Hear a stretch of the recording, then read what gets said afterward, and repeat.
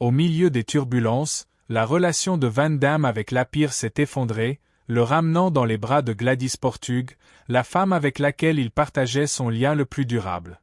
Leur réunion a signalé une nouvelle stabilité dans la vie romantique de Van Damme, un changement bienvenu par rapport aux turbulences qui avaient caractérisé ses relations précédentes.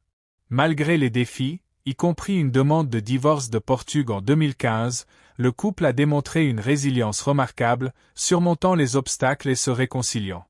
Leur mariage, qui dure depuis 1999 jusqu'à aujourd'hui, témoigne de leur engagement mutuel et de leur amour constant.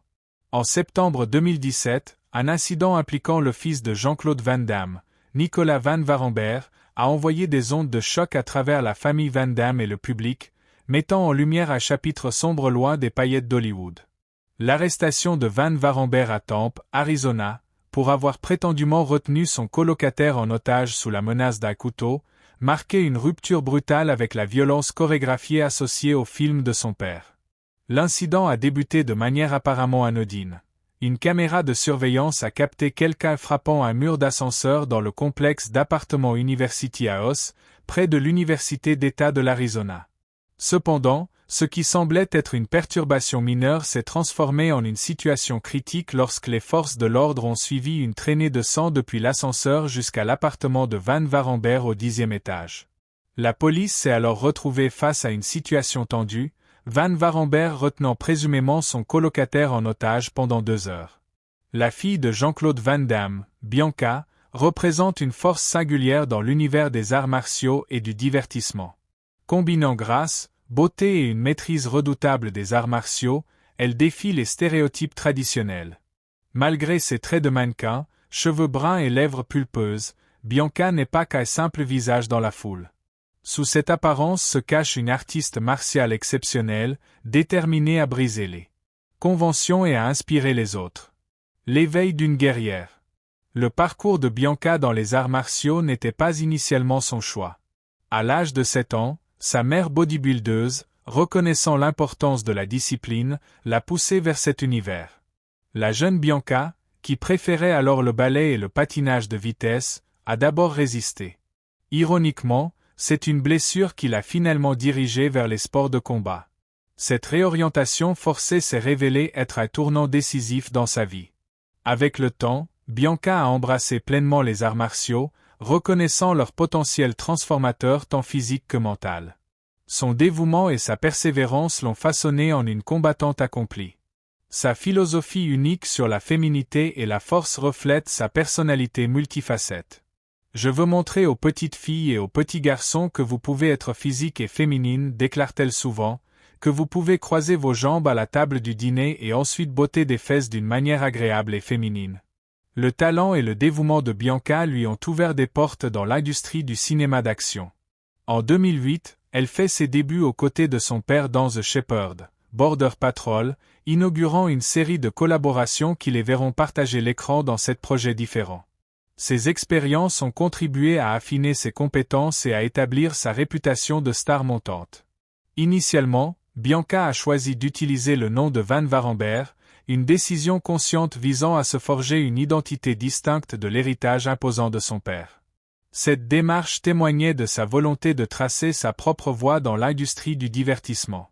Cependant, au fil de sa progression et de l'affirmation de sa confiance, elle a finalement embrassé le nom de Van Damme, symbolisant son acceptation de son héritage tout en maintenant sa propre individualité. Bien que Bianca n'ait pas poursuivi une carrière professionnelle dans les arts martiaux comme son père avant sa transition vers le cinéma, elle s'est consacrée à cette discipline pendant près de 2 décennies. Son engagement dans l'entraînement l'a façonnée en une artiste martiale accomplie, héritant de la vitesse, de l'agilité et de la précision caractéristiques du style de combat de son père. Néanmoins, évoluer dans l'ombre d'une légende n'est pas sans défi. Bianca a souvent dû faire face aux préjugés et aux sous-estimations de l'industrie. Plutôt que de se laisser décourager, elle a transformé ces obstacles en motivation, alimentant sa détermination à prouver sa valeur par ses propres mérites. Un incident particulièrement révélateur s'est produit lors d'une interview sur l'émission matinale australienne Sunrise. Se connectant depuis Bangkok, Van Damme s'est retrouvé confronté aux mêmes questions redondantes qui le poursuivaient depuis des années, notamment concernant sa relation avec Kylie Minogue. Malgré ses efforts initiaux pour maintenir son calme, sa frustration est devenue palpable. Les limites de la patience. Lorsqu'on l'a interrogé sur Kylie Minogue, Van Damme a répondu avec une irritation croissante. « Oui, j'aime Kylie, j'aime tout le monde. » Son désir d'avoir une conversation plus authentique et significative était évident. Mais à mesure que l'interview progressait, sa patience s'effilochait visiblement. Face à la répétition des mêmes questions qui le poursuivaient depuis un quart de siècle, il a finalement craqué. « Désolé les gars, je ne peux plus continuer comme ça », a-t-il déclaré abruptement. À 55 ans, l'acteur semblait las de cette routine médiatique sans fin. Dans un geste dramatique, il a arraché son microphone et mis fin à l'interview, laissant échapper une série de jurons dirigés contre la situation et, par extension, l'Australie entière. Cet incident a révélé la frustration accumulée d'une star fatiguée des contraintes médiatiques.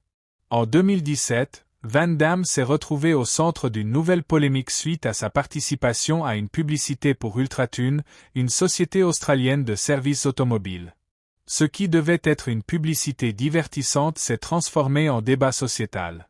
Le scénario mettait en scène deux femmes en tenue légère, en panne la nuit dans un quartier mal éclairé. Alors qu'une bande de voyous armés s'approche, créant une tension palpable, Van Damme apparaît comme le sauveur providentiel. La publicité prend un tournant inattendu lorsque les agresseurs potentiels expriment leur joie de rencontrer la star d'action, transformant une situation menaçante en moment comique. Cependant, cette tentative d'humour n'a pas fait l'unanimité. De nombreux spectateurs ont critiqué la représentation stéréotypée des femmes en détresse et la normalisation d'un comportement prédateur. Le Bureau des normes publicitaires d'Australie a reçu une avalanche de plaintes, les critiques soulignant l'impact potentiellement néfaste de telles représentations sur la perception sociétale de la violence envers les femmes.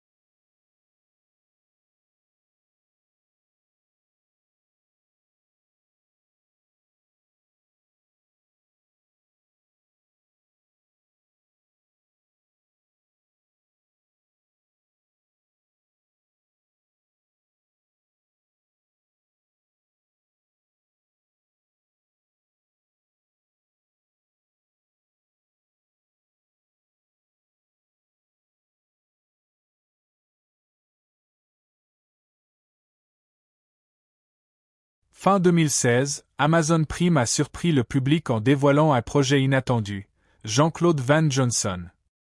Dans cette série, Van Damme prenait le risque de s'éloigner de son image habituelle pour explorer l'autodérision et la comédie. Il y incarnait une version fictive de lui-même, une ancienne star de l'action reconvertie en agent secret, utilisant sa carrière à Hollywood comme couverture pour des missions d'espionnage. Jean-Claude Van Johnson représentait une approche rafraîchissante et innovante. La série jouait habilement avec les clichés qui avaient défini la carrière de Van Damme, créant un mélange unique d'action, de comédie et de méta-humour. Après la diffusion du pilote, la réponse du public a été extraordinairement positive, conduisant Amazon Prime à commander une première saison complète de 6 épisodes. Malheureusement, cette renaissance créative fut de courte durée. Quelques semaines seulement après sa première en décembre 2017, Amazon Prime a pris la décision brutale d'annuler la série, marquant un nouveau revers dans la carrière de Van Damme.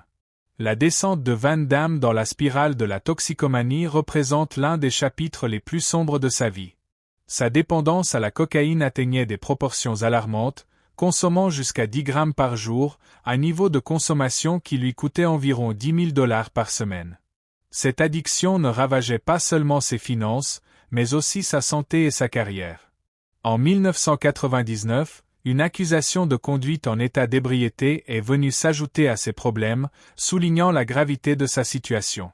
Malgré une tentative de réhabilitation, un bref séjour de 7 jours en cure de désintoxication, Van Damme continuait à lutter contre ses démons, enchaînant les périodes de rechute. Cette période trouble a eu des répercussions dévastatrices sur sa carrière cinématographique. Entre 1999 et 2008, Van Damme a enchaîné pas moins de 14 films, la plupart sortis directement en DVD, loin des succès de ses années de gloire. Ses productions, souvent considérées comme médiocres et dérivatives, lui ont valu le surnom peu flatteur de Jean-Claude Van Désespéré. Ce que le public ignorait alors, c'est que Van Damme menait une double bataille. Son addiction était étroitement liée à un trouble bipolaire non diagnostiqué qui le tourmentait depuis des années. Les personnes atteintes de troubles bipolaires non traités sont particulièrement vulnérables à la toxicomanie, cherchant souvent refuge dans les substances pour gérer leurs fluctuations émotionnelles extrêmes. Avant son diagnostic, Van Damme trouvait un répit temporaire dans l'entraînement physique intensif, la discipline et la structure de ses séances d'exercice lui offrant un semblant de stabilité.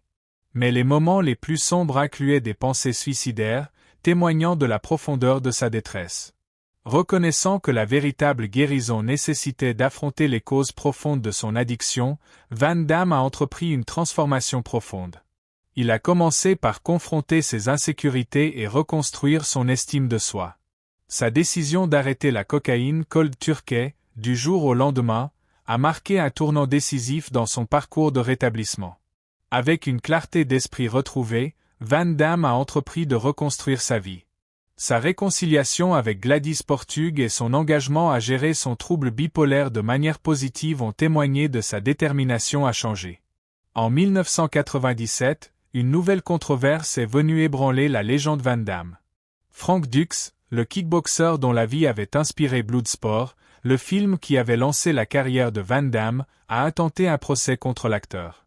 Dux réclamait initialement $50 000 pour ses contributions présumées au scénario de The Quest, 1996, un film réalisé et interprété par Van Damme. Cette demande s'est rapidement transformée en une réclamation de $1,5 million. Durant le procès, Dux a saisi l'occasion pour remettre en question les compétences martiales de Van Damme. Il affirmait que lors de l'entraînement pour Bloodsport, l'acteur avait démontré une incompétence flagrante dans les techniques de base, incapable même d'exécuter un simple roulé avant sans se blesser. Plus grave encore, Dux contestait l'authenticité de la carrière de kickboxer de Van Damme, suggérant que l'acteur avait embelli son palmarès. Malgré la gravité des accusations, le verdict a été favorable à Van Damme. En 1998, un jury l'a exonéré de toute responsabilité financière. Dux, comparant sa situation à celle de Rocky Balboa, a exprimé son intention de faire appel, mais cette menace ne s'est jamais concrétisée. Les années récentes ont vu Van Damme adopter une approche plus réfléchie de sa carrière et de sa vie personnelle. Sa sobriété retrouvée et la gestion de son trouble bipolaire lui ont permis de renouer avec son talent d'acteur et sa passion pour les arts martiaux. Il a commencé à choisir ses projets avec plus de discernement, privilégiant la qualité à la quantité. Aujourd'hui, Jean-Claude Van Damme reste une figure emblématique du cinéma d'action. Ses luttes personnelles, loin de ternir son image, ont ajouté une dimension humaine à sa légende. Il incarne désormais non seulement le guerrier indomptable de ses films, mais aussi un homme qui a su affronter ses démons et en sortir plus fort. Son parcours, marqué par des succès éblouissants et des revers déchirants, témoigne de la résilience humaine face à l'adversité. De star de l'action à homme en lutte contre ses démons intérieurs, puis à survivant et mentor, Van Damme continue d'inspirer par sa capacité à se relever après chaque chute. Une influence durable. Au fil des années, l'influence de Van Damme sur le cinéma d'action et les arts martiaux reste indéniable. Ses films emblématiques comme Bloodsport, Kickboxer et Universal Soldier ont inspiré toute une génération d'artistes martiaux et d'acteurs. Sa signature, le split aérien, est devenu un symbole de prouesse physique dans la culture populaire. Plus récemment, Van Damme a montré une volonté d'explorer de nouveaux horizons artistiques. Son rôle dans JCVD, 2008, où il joue une version dramatique de lui-même, a révélé une profondeur d'acteur jusqu'alors inexploitée. Cette performance a prouvé qu'au-delà des coups de pied spectaculaires, se cachait un véritable talent dramatique. La transformation personnelle de Van Damme est peut-être sa plus grande victoire. En surmontant ses addictions et en apprenant à gérer son trouble bipolaire, il est devenu un modèle de résilience. Son ouverture concernant ses luttes personnelles a contribué à déstigmatiser les problèmes de santé mentale dans l'industrie du divertissement. Aujourd'hui, l'héritage de Van Damme se perpétue à travers ses enfants. Bianca Van Damme, en particulier, poursuit sa propre voie tout en honorant l'héritage de son père. Elle représente une nouvelle génération d'artistes martiaux qui défient les conventions et redéfinissent les normes du genre. Jean-Claude Van Damme incarne plus qu'une simple star du cinéma d'action. Son parcours illustre l'histoire d'un homme qui a atteint les sommets de la gloire, traversé les abîmes du désespoir, et trouvé la force de se reconstruire. Des rings de Bruxelles au plateau d'Hollywood, des batailles personnelles au triomphe public, sa vie est un témoignage de la résilience humaine. Sa capacité à se réinventer, à affronter ses démons et à émerger plus fort de chaque épreuve fait de lui bien plus qu'un héros de film d'action, il est devenu un symbole d'espoir pour tous ceux qui luttent contre leurs propres démons. L'histoire de Van Damme nous rappelle que même les plus grands héros sont d'abord des êtres humains, avec leurs forces et leurs faiblesses, leurs victoires et leurs échecs. Alors que le muscle From Bruxelles continue d'écrire de nouveaux chapitres de sa vie, son impact sur le cinéma et la culture populaire reste indélébile. Jean-Claude Van Damme a prouvé que la vraie force ne réside pas seulement dans la capacité à donner des coups, mais aussi dans le courage de se relever après chaque chute. Dans l'histoire du cinéma d'action, Van Damme restera comme celui qui a su allier la grâce du danseur à la puissance du combattant, l'homme qui a transformé ses faiblesses en force et ses échecs en tremplin vers la rédemption. Sa légende continue d'inspirer, rappelant que chaque histoire, même les plus sombres, peut avoir une fin lumineuse si l'on garde espoir et persévérance.